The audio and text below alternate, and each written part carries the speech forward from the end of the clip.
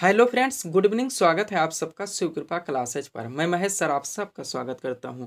दोस्तों, ये वीडियो हमारा यूपीपीएससी आरओ एआरओ एग्जाम 2023 का टेस्ट सीरीज नंबर 31 है, जिसमें हम लोग सामान्य ज्ञान के यानी कि जीके व जेएस के महत्वपूर्ण प्रश्नों को सॉल्व करेंगे और देखेंगे कि यहाँ से हमारे कितने क्वेश्चन सही हो रहे हैं।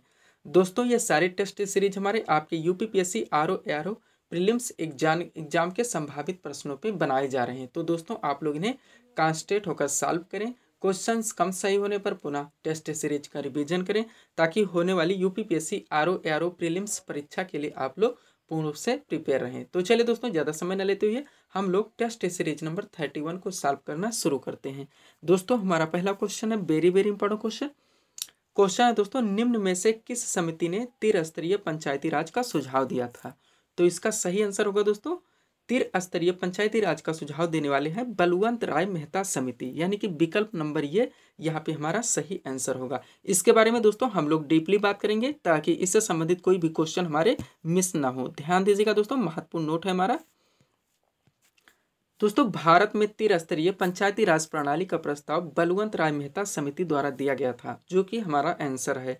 इस समिति का गठन वर्ष 1957 में बलवंत राय मेहता की अध्यक्षता में किया गया था। दूसरा स्टेटमेंट है, ब्रिटिश शासन के दौरान 1882 ईस्वी में तत्कालीन वायसराय लॉर्ड रिपन ने स्थानीय स्वायत्त शासन की स्थापना का प्रयास किया था। इसे दोस्तों पंचायती राज कहा जाता है। अगला स्टेटमेंट, संविधान के अनुच्छेद 40, जिसमें दोस्तों हम लोग जानते हैं कि डीपीएसपी यानी direct principle of state policy राज्य के नीति निर्देशक तत्व दिए गए हैं। उसी में दोस्तों संविधान के आर्टिकल 40 में राज्यों को पंचायतों के गठन का निर्देश दिया गया था। बार बार पूछा गया क्वेश्चन है दोस्तों, आर्टिकल 40। 1958 ईस्वी में राष्ट्रीय विकास परिषद ने बलवंत राय मेहता समिति की लोकतांत्रिक विकेंद्रीकरण की संस्तुतियों को स्वीकार करते हुए इसे क्रियान्वित करने के लिए कहा। आगे चलते हैं दोस्तों, हर स्टेटमेंट से यहाँ पे क्वेश्चन बन रहे हैं। ध्यान दीजिएगा दोस्तों, लास्ट स्टेटमेंट हमारा 2 अक्टूबर 1959 ईस्वी को पंडित जवाहरलाल नेहरू ने राजस्थान के नागौर में लोकतांत्रिक विकेंद्रीकरण की योजना को प्रारंभ किया। इसे पंचायती राज कहा गया। सर्वप्रथम कहाँ पे? राजस्थान में। अगर राजस्थान में डिस्ट्रिक्ट पूछा जाए दोस्तों तो नागौर जिला। कब? 2 अक्टूबर 1959 को। आगे चलते हैं क्वेश्चन नंबर 2 को। दोस्तों, उम्मीद करते हैं क्वेश्चन आप लोगों को पूरी तरह से क्लियर हो गया होगा। क्वेश्चन है दोस्तों, संसद के दोनों सदनों के अधिवेशन की अध्यक्षता किसके द्वारा की जाती है? ध्यान दीजिएगा दोस्तों, यहाँ से 2 से 3 क्वेश्चन बनते हैं। यहाँ पे अध्यक्षता की बात हो रही है दोस्तों। संसद के दोनों सदनों को बुलाने का अधिकार, संसद के दोनों सदनों संयुक्त अधिवेशनों को संबोधित करने का अधिकार, वह संसद के निम्न सदन यानी लोकसभा को भंग करने का कार्य, ये तीनों कार्य राष्ट्रपति के द्वारा किया जाता है। लेकिन जब अध्यक्षता की बात होगी दोस्तों, तो संसद के दोनों सदनों के संयुक्त अधिवेशन की अध्यक्षता लोकसभा अध्यक्ष के द्वारा की जाएगी, यानी स्पीकर के द्वारा की जाएगी। विकल्प नंबर ये यहाँ पे हमारा सही आंसर होगा। आगे चलेंगे क्वेश्चन नंबर 3 की ओर। क्वेश्चन है दोस्तों, रामकृष्ण मिशन की स्थापना किसने की थी? रामकृष्ण मिशन, यहाँ से कई क्वेश्चन दोस्तों प्रमुख समाज सुधारक से पूछे जाते हैं, थोड़ा सा उस पर हम लोग चर्चा करेंगे। सबसे पहले इसका आंसर करते हैं दोस्तों। रामकृष्ण मिशन की स्थापना की गई थी स्वामी विवेकानंद के द्वारा, यानी कि विकल्प नंबर ये यहाँ पे हमारा सही आंसर होगा। स्वामी दयानंद सरस्वती से दोस्तों 3 क्वेश्चन बनते हैं। सत्यार्थ प्रकाश की स्थापना, आर्य समाज, और दोस्तों वेदों की ओर लौटो, बार बार पूछा जाता है दोस्तों, ध्यान रखेंगे आप लोग। उसके बाद दोस्तों ब्रह्म समाज की स्थापना 1828 ईस्वी में राजा राम मोहन राय के द्वारा की गई थी, ये भी आप लोग ध्यान रखेंगे।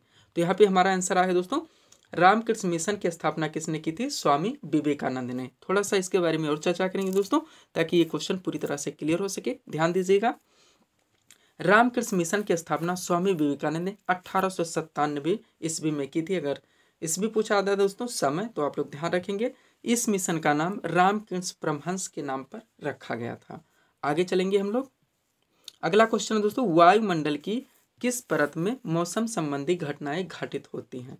तो हमारा आंसर होगा दोस्तों, मौसम संबंधी घटनाएं वायुमंडल की सबसे निचले मंडल में घटित होती हैं, यानी कि क्षोभ मंडल में, यानी कि विकल्प नंबर ये यहाँ पे हमारा सही आंसर होगा। थोड़ा सा यहाँ पे चर्चा कर लेते हैं दोस्तों।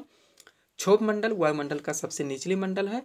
मौसम संबंधी घटनाएं यहीं पर घटित होती हैं, यानी बादल यहीं पर बनते हैं, वर्षा इसी मंडल में होती है। इसके ऊपर पड़ता है समताप मंडल। समताप मंडल में ओजोन परत का विस्तार है जो कि बार बार पूछाता है। उसके ऊपर मध्य मंडल पड़ेगा, मध्य मंडल के ऊपर आयन मंडल पड़ेगा जो कि रेडियो किरणों का दोस्तों प्रसारण किया जाता है, आयन मंडल के द्वारा होता है। और सबसे ऊपरी हिस्से में दोस्तों बहिर्मंडल है। अब थोड़ा सा दोस्तों यहाँ पे और चर्चा कर लेते हैं। वायुमंडल में पाई जाने वाली सर्वाधिक दोस्तों जो गैस है वो फर्स्ट नंबर पे आपका नाइट्रोजन है, सेकंड पे ऑक्सीजन है, थर्ड पे आर्गन है और फोर्थ पे कार्बन डाइऑक्साइड है। ध्यान रखिएगा आप लोग, 4 नंबर तक क्रमशः नाइट्रोजन, ऑक्सीजन, आर्गन और कार्बन डाइऑक्साइड। आगे चलेंगे 5 नंबर क्वेश्चन की ओर। क्वेश्चन है दोस्तों, ब्राजील किसका प्रमुख उत्पादक देश है। यहाँ से 3 से 4 क्वेश्चन बनते हैं दोस्तों, हम लोग सब पर चर्चा करेंगे। सबसे पहले इसका आंसर करते हैं। ब्राजील किसका प्रमुख उत्पादक देश है, तो हमारा सही आंसर होगा दोस्तों कॉफी का, यानी कि विकल्प नंबर सी यहाँ पे हमारा सही आंसर होगा। दोस्तों ब्राजील में कहवा के बागानों को फजेंडा के नाम से जाना था, ध्यान रखेंगे फजेंडा के नाम से।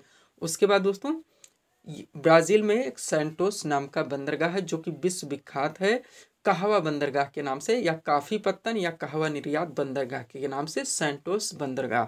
आप लोग ध्यान रखेंगे, बार बार पूछा आता है। 6 नंबर क्वेश्चन की ओर चलेंगे हम लोग।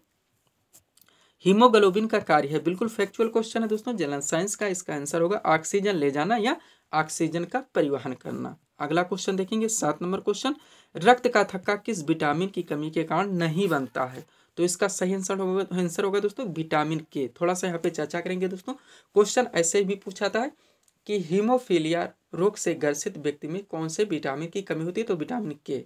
उसके बाद दोस्तों हमारा क्वेश्चन था रक्त का थक्का किस विटामिन की कमी के कारण नहीं बनता है, तो विटामिन के।